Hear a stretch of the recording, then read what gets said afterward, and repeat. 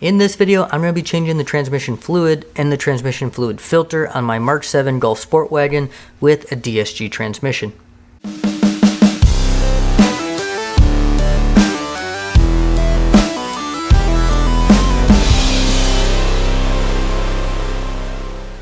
Hey everyone, welcome to the channel, and to those of you who tune in often and check these out, seriously, can't thank you enough.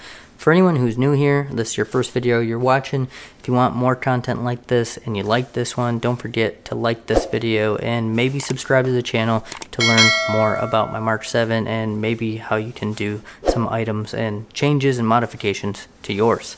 In this video and probably some of the next few videos, I'm going to be doing some of the required maintenance services that my Mk7 requires, just due to the fact that I just reached 50,000 miles.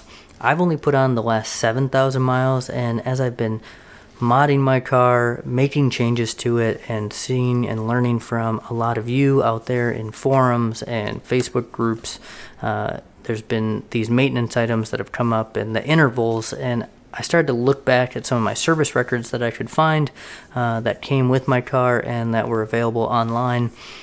And I wasn't seeing those services on there, and they might have totally happened. We know that not all service records get tracked, but it just had me thinking about it, and I wanted to take good care of my car.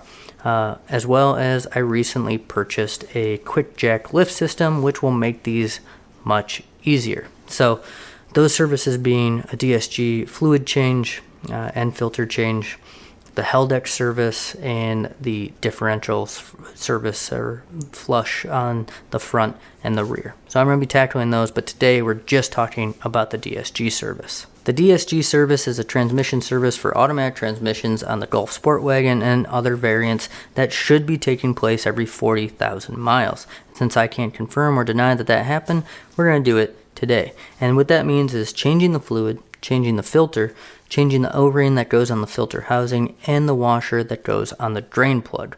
Now, since I've already completed this job, I have a few tidbits and tips that I want to share with all of you before you have to watch this whole video to find out what they are to start, and then we'll get into the fluid change. Now, first is more of a note, not as much of a tip, and that is you're going to need to be able to raise and lower your car evenly or level. This is doable on jack stands, but will definitely take a considerable amount of time to do so. So if you're planning to do this at home, that is probably an aspect that you're going to want to measure when you're thinking about how doable this project is for you. My next pro tip is a pretty simple one. Make sure that you have or can borrow a 14mm Allen or hex socket. You'll need this to drain the oil, and this is definitely not a standard piece of kit that most people have already available in their garage. My third note is not something that's 100% required from what I hear, but for the proper level setting procedure for your DSG fluid, you're either going to need OBD11 or another VW specific diagnostic software so you're able to determine the temperature of your transmission fluid in your vehicle. And finally, my last tip is one that has the most subjectivity to how you want to handle this job. But to do this job with as little mess as possible, you're either going to want to transfer your transmission fluid to a single container that can handle 5 quarts of fluid, or use one of the more expensive fluid pumps. I didn't consider this beforehand and made a complete mess of my garage floor trying to transfer my little hand pump from quart to quart of fluid, and it just got really messy.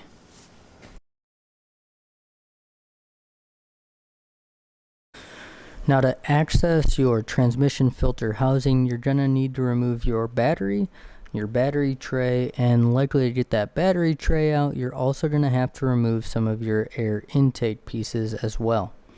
So go ahead and disconnect your battery terminals, pull out that battery, and then we're going to start to remove some of the air intake pieces as well. You're going to notice that as I do this, it goes a little out of order if you're paying close attention, and that's because I reorganized these clips on how I would have or should have done it now that I've done it one time. There are 3 Torx bolts that hold on the battery tray, one in the middle, one at the front, and then there's one at the far right. And there's also one hex nut that holds on the battery tray at the far right side of the driver. Here I'm clipping some of the zip ties that hold the positive terminal harness in place. This is removing that hex bolt that holds it on at the rear. And once you have everything removed, go ahead and pull out that battery tray. Now that I have my handy dandy quick jack set up, let's go ahead and get this car lifted so I can get the belly pan off. Depending on what mods you've done or what car you have, you may or may not have a belly pan, so I'm just removing that and getting that out of the way. Now go ahead and grab your 14mm Allen and remove the drain plug for the DSG transmission. And there's not one, but two DSG transmission plugs that you need to remove to fully remove all the fluid from your transmission. So grab an 8mm Allen and stick that inside and then loosen that. You should be able to get that out by hand, and keep that in mind when you go and reinstall that you should be able to put it back in by hand as well. So once that fully drains, go ahead and reinsert that inner plug using the 8mm Allen and screw that back in by hand. Moving back to the engine bay, I'm here removing the transmission filter housing. Once I remove that, I'm able to pull out the old transmission fluid filter. Now I'm reinstalling a brand new transmission fluid filter.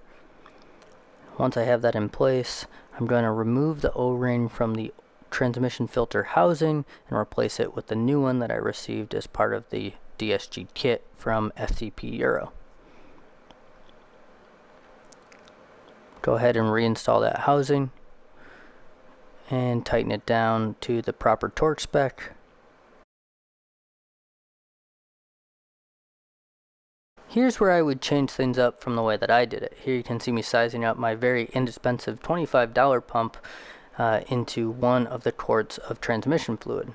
Instead, I would have taken all 5 quarts of transmission fluid and put it into a vessel that holds that much fluid, so that way I only had to use the pump and move it and install it one time.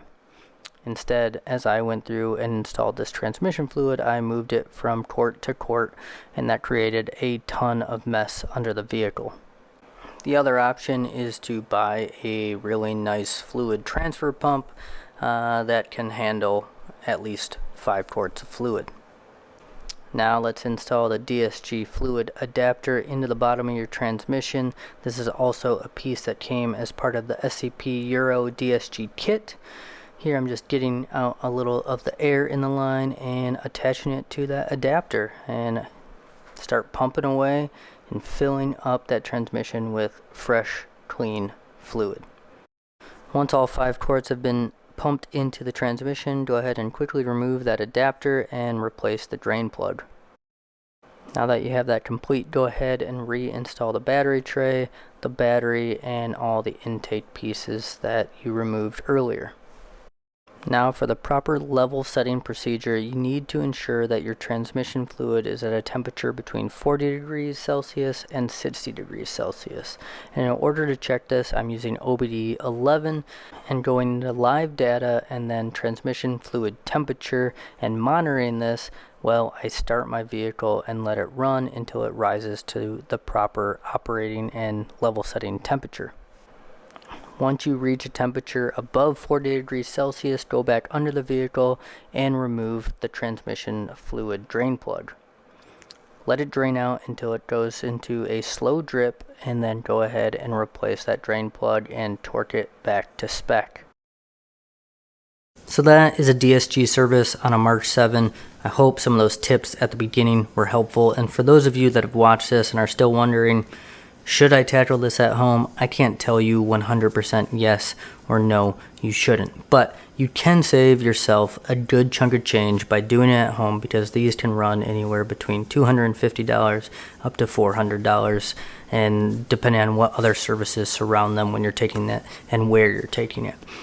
It is a messy job, and even now that I've done it one time and have some ideas of how to clean that up, there's still some aspects of it that I just not really sure how I'm going to make it better or cleaner next time. But if you have the right tools and you have some of the lift components that will allow you to do this pretty easily, and you feel comfortable doing it, by all means, go for it. As always, thank you so much for watching.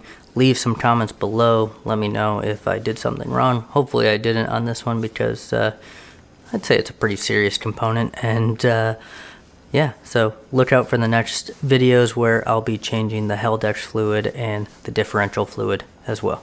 Talk to you soon.